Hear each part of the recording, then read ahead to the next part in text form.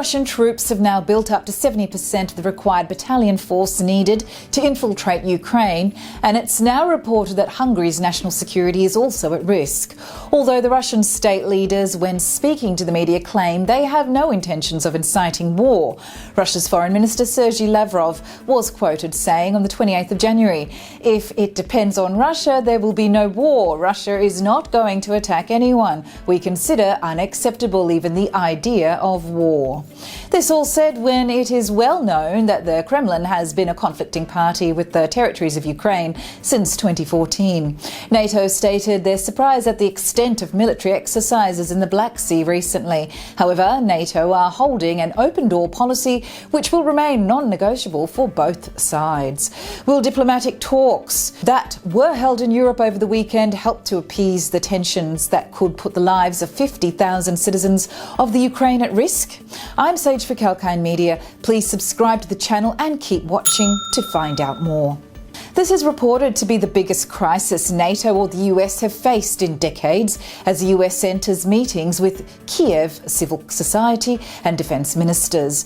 Whilst the rest of the world waits to see if a full-blown war will begin, it seems the people of Kiev are still carrying on with life as usual, with bars being open and busy till late in the historic city. They seem to be in a state of denial or have developed a tough-mindedness from the years of threat imposed from the Russian government on their nation. A united sense of community is gathering even for those Russian-speaking Ukrainians to move toward an independent Ukraine. And this sense of Ukrainian national solidarity in some ways debunks the Kremlin's objectives. The German Chancellor Olaf Scholz is on his way to Washington to meet with the US President Biden and to assure the US that Germany is aligned with NATO and the US to ease any aggression from Russia. This comes at a time when Germany's assistance in arms delivery has been in question. They had reportedly delivered helmets to Ukraine to assist. They claim sending weapons would only pour fuel on the fire. The Ukraine is asking that Germany do not prevent any other EU nations from sending arms and weapons to the Ukraine, which is what the country is in dire need of to protect its citizens and government from imminent attack.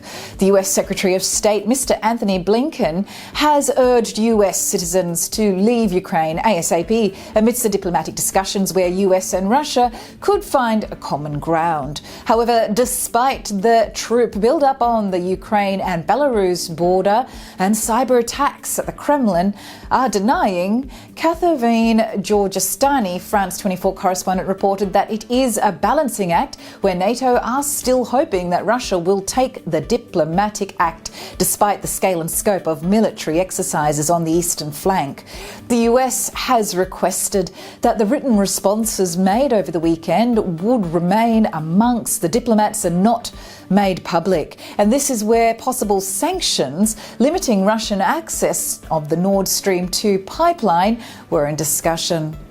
President Biden was reported saying this will be the largest invasion since World War II once we move in. And Liana Fix, the resident reporter from the German Marshall Fund, says that the US policy team were unhappy with his comments as he went off the official script.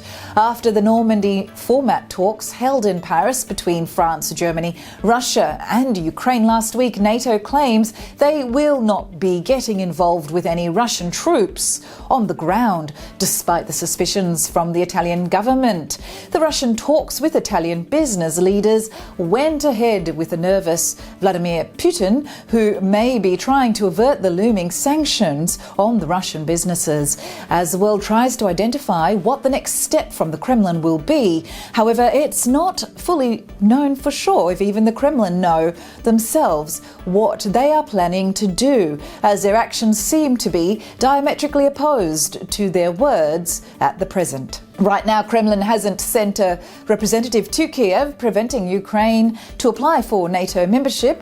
And the German Chancellor Olaf Scholz will travel to Kiev and Moscow on February 14th and 15th to calm tensions between NATO and Russia. Then the French President Emmanuel Macron is taking on the massive task of peacekeeper in an attempt to form a peace deal with Russia's Vladimir Putin in a meeting on Monday, the 7th of February.